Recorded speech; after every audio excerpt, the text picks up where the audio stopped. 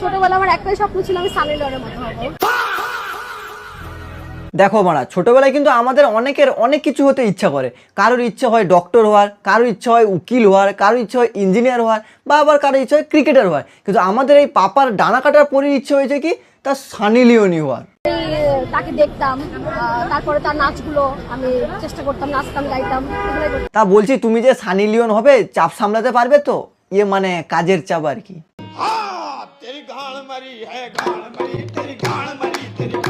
এই ডুড সরসাব দিনের কেমন চলছে? তো গাইস, আজকের ভিডিওতে আমরা এরকম কিছু পাগলা চোদা মাল দিয়ে নিয়ে কথা বলবো। তো চলো আর বেশি গান পাকো না, আজকে ভিডিও শুরু করা যাক।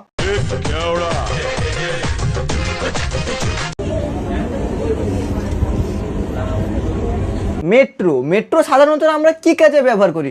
ট্রাভেল করার জন্য ব্যবহার করি। কিন্তু ইদানিং এই মেট্রোটা এখন প্রেমিক প্রেমিকাদের ওই রুম হয়ে উঠেছে। ভাই, তোদের যদি এত রস যা না, রুমে নিয়ে যা, না হলে কোনো হোটেলে নিয়ে যা। এরকম পাবলিক প্লেসে এরকম নোংরামি করার কি মানে আছে? অবশ্যই এরা করবে নাই বা কেন? কারণ এদের চারপাশে যারা আছে তারা তো মজা নিচ্ছে, তারা তো ফ্রিতে শো দেখতে পাচ্ছে।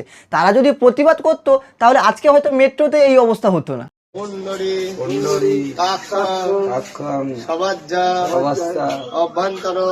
কি পিসি, কবে হলো, কিভাবে হলো? তুমি কই বলনি তো আমাকে। এই তো সবে ভোটের রেজাল্ট বেরোলো, আর এরই মধ্যে তুমি টিকিট কেটে নিলে। খতম।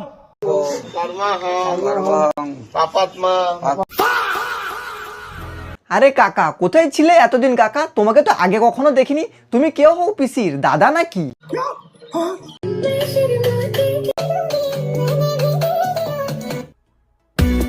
দেখো, আমি এদের কিছু বলবো না, আমি বলবো এদের সেই কুলাঙ্গার বাপ মাকে, যারা কিনা এই ছোট ছোট বাচ্চা মেয়েদের হাতে বেলুন বানিয়ে ফোন ধরিয়ে দিয়েছে রিলস বানানোর জন্য। আমি এই মেয়েদের বাপ মাকে বলছি ওটা বাচ্চাদের খেলার বেলুন নয়, ওটা বড়দের খেলার বেলুন। আপনি যদি না জেনে থাকেন তাহলে যেখান থেকে বেলুনটা নিয়ে এসেছেন ওখানে গিয়ে জিজ্ঞেস করুন যে এটা কিরকম ভাবে খেলতে হয়। আর সেটাও যদি না পারেন তাহলে বেলুনটা ফুলিয়ে নিজের পেছনে গুজে নিন। ভাই মজা আয়া। দয়া করে এইসব ছোট ছোট বাচ্চা ছেলে মেয়েদের হাতে এসব দেবে না, কারণ এতে তাদের ভবিষ্যৎ খারাপ হতে পারে।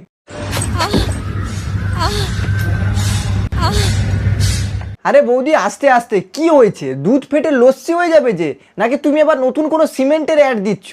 টুটেগি ক্যাসে? अंबुजा सीमेंट से जो बनी है।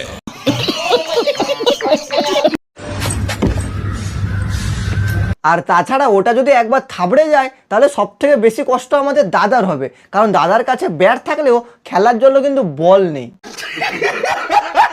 বলছি, আর কতদিন চালাবে এইসব করে? এবার তো একটু ভালো হও মারা। দুদিন পরে তো ছেলে পুলে বড় হয়ে কি দেখবে যে আমার মা সাঁটাচ্ছে, দেওয়ালে সাঁটাচ্ছে। देखा आपने लापरवाही का नतीजा है। দেখো কাণ্ড, দিও না গো হাত বলে নিজে নিজেই হাত দিচ্ছে। বলছি, তুমি নিজে নিজে হাত দিয়ে যতটা মজা পাবে, এসো আমি ভালো করে তেল মালিশ করে দিব, দেখবে দ্বিগুণ মজা পাবে। टपाटप टपाटप टपाटप।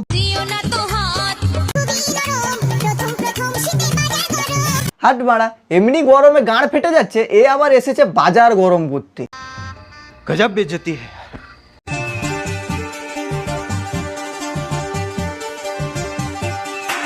মা কা লাডলে গরিবের উর্ফি জাভেদ ফ্রম সোনাগাছি।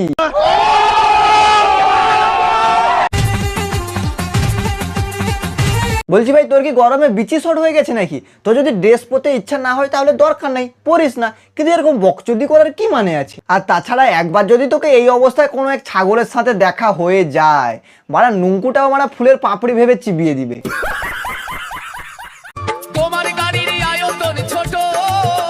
হ্যাঁ, বৌদির সার্ভিস ইঞ্জিনের ফুটোটা খুবই ছোট, তাই বৌদি ফুটো বড় করার জন্য সোশ্যাল মিডিয়াতে এসে এরকম হাবাস দেখাচ্ছে। তা তোমরা যারা ফুটো বড় করতে চাও, সবাই মূলা, গাজর, শশা নিয়ে রেডি থাকো। খালি বৌদি ইশারা করলে গিয়ে একদম কক।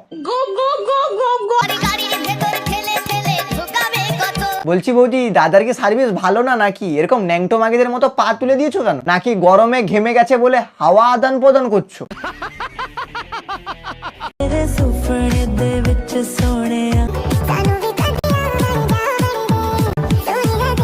বলছি ভাই দেখ, তোর যদি ফেদা মাথায় উঠে যায় তাহলে ওকে নিয়ে ঘরে যা, দরজা জানালা বন্ধ কর, লাইট অফ কর, তারপর কর, কোনো দুঃখ নেই। কিন্তু এখানে এইসব 12 ভাতারে নাংবাজি কাজগুলো করিস না। মানে এটা ইনস্টাগ্রাম নাকি ক্রোম ব্রাউজার বোঝাই যায় না। আমাদের দেশের সরকার চেঞ্জ হলেও সোশ্যাল মিডিয়াতে কিন্তু কন্টেন্ট চেঞ্জ হয়নি। সেই ভালগারিটি, সেই নোংরামো, সেই বডি দেখানো, এটা ওটা সে কিন্তু থেকেই গেছে। আর যারা দেখাচ্ছে তারাও থেকে গেছে। তো তাদেরই মধ্যে থেকে মাত্র কয়েকটা মালকে তোমাদের সামনে তুলে ধরলাম। তো আজকের মতো ভিডিওটা এখানেই শেষ করছি। ভিডিও কেমন হচ্ছে অবশ্যই কমেন্টে লিখে জানাও। চ্যানেলটা সাবস্ক্রাইব করো। আর তোমরা যদি আমার সাথে কথা বলতে চাও তাহলে দেখো ডেসক্রিপশন বক্সে ফেসবুক পেজের লিঙ্ক আছে, ইনস্টা আইডির লিঙ্ক আছে।